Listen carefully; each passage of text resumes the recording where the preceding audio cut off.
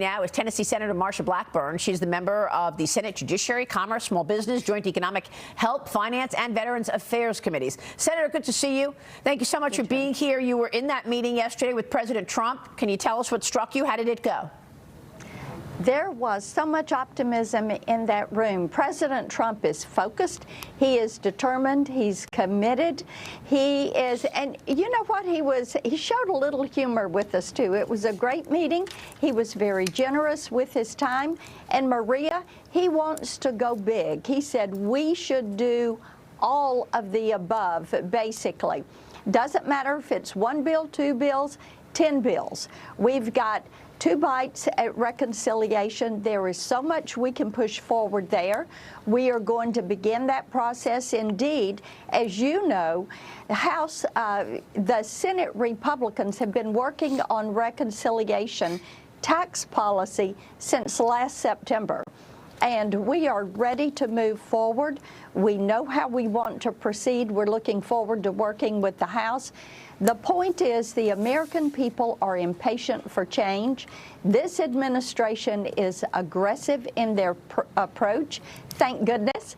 And we are ready to go to work. You're going to see us working 5 days a week here in D.C., pushing legislation through committee to the floor, making certain that we reconcile House and Senate differences and pushing it to President Trump's desk for his signature. Well, do you feel like the New York and California lawmakers are trying to hold the rest of Congress hostage because they are insisting on getting their SALT deduction cap lifted? Here's what Lindsey Graham told me on Sunday. Watch this. If we don't put border first and get it done, it's going to be a nightmare for our national security. To the tax cut wing of the party, I am with you, but if you hold border security hostage to get tax cuts, you're playing Russian roulette with our national security. I'm saying that as we negotiate tax cuts, there are tax-cutting people, and I'm one of them, that won't vote for border until they get all their taxes. I'm not a big fan of the SALT deduction. I live in South Carolina where we have low taxes. Why should people in South Carolina subsidize California and New York? So, Senator, where did Trump come out on that yesterday? He did not mention the SALT deduction specifically, but Maria, what people in these high-tax states need to realize is that once the SALT deduction went away, what you have seen is states have begun to reduce the amount of state income tax that they are taking from people. They're reducing what they are taking in user fees and use taxes. So the lesson there is, yes, indeed, you can run your state by lowering taxes, which will increase revenues. Yeah. And states are beginning to do that.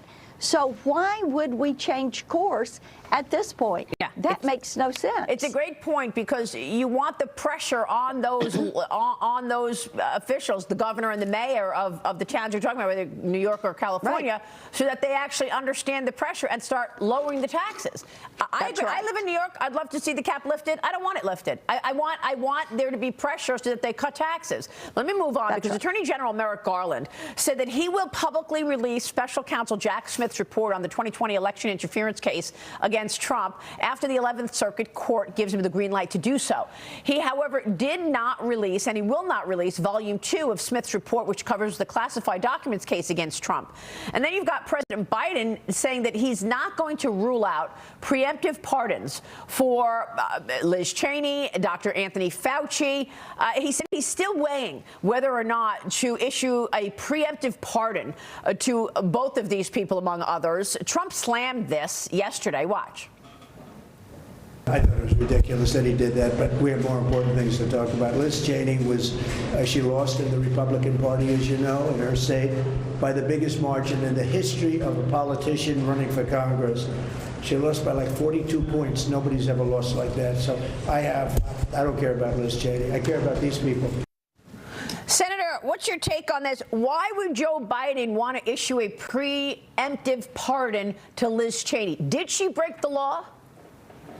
What we are learning from this is obviously the Biden administration thinks that these individuals that would be given preemptive pardons broke the law in some way. So they're going to cover them before they exit the White House. Maria, I think the other thing is we've all heard that Biden is having a lot of trouble raising money for the Biden Library. So now he's trying to mollify the left wing of the Democrat Party. But we've all watched as this party is in complete and total disarray.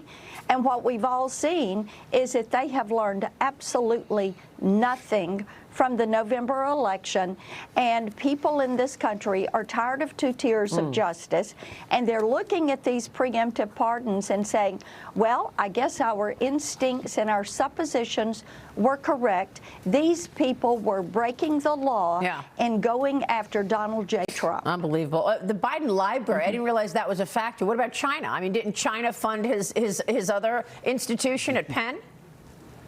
Yes, indeed. And we all know that the assumption has been that Joe Biden was compromised in some way, shape, or form by Biden Incorporated and the relationships that they had there.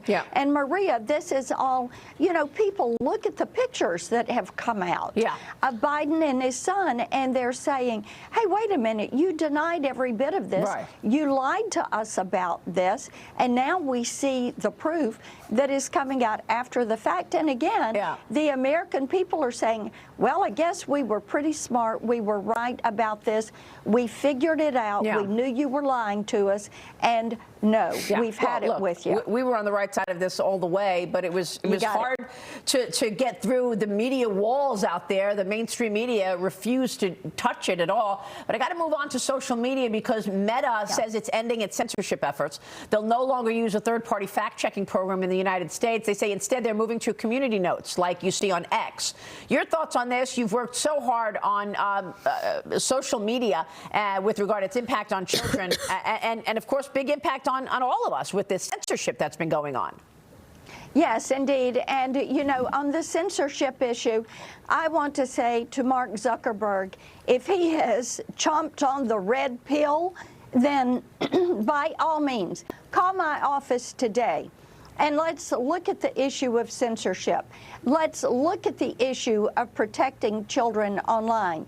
But again, if he's chomping on that red pill, if he has been converted, if he wants to talk about how we protect people in the virtual space and give them the ability to protect their virtual you, then give me a call. I'd love to have a conversation. All right, Senator, we'll leave it there. Great to see you this morning. Thanks very much. You got it. All right, Marsha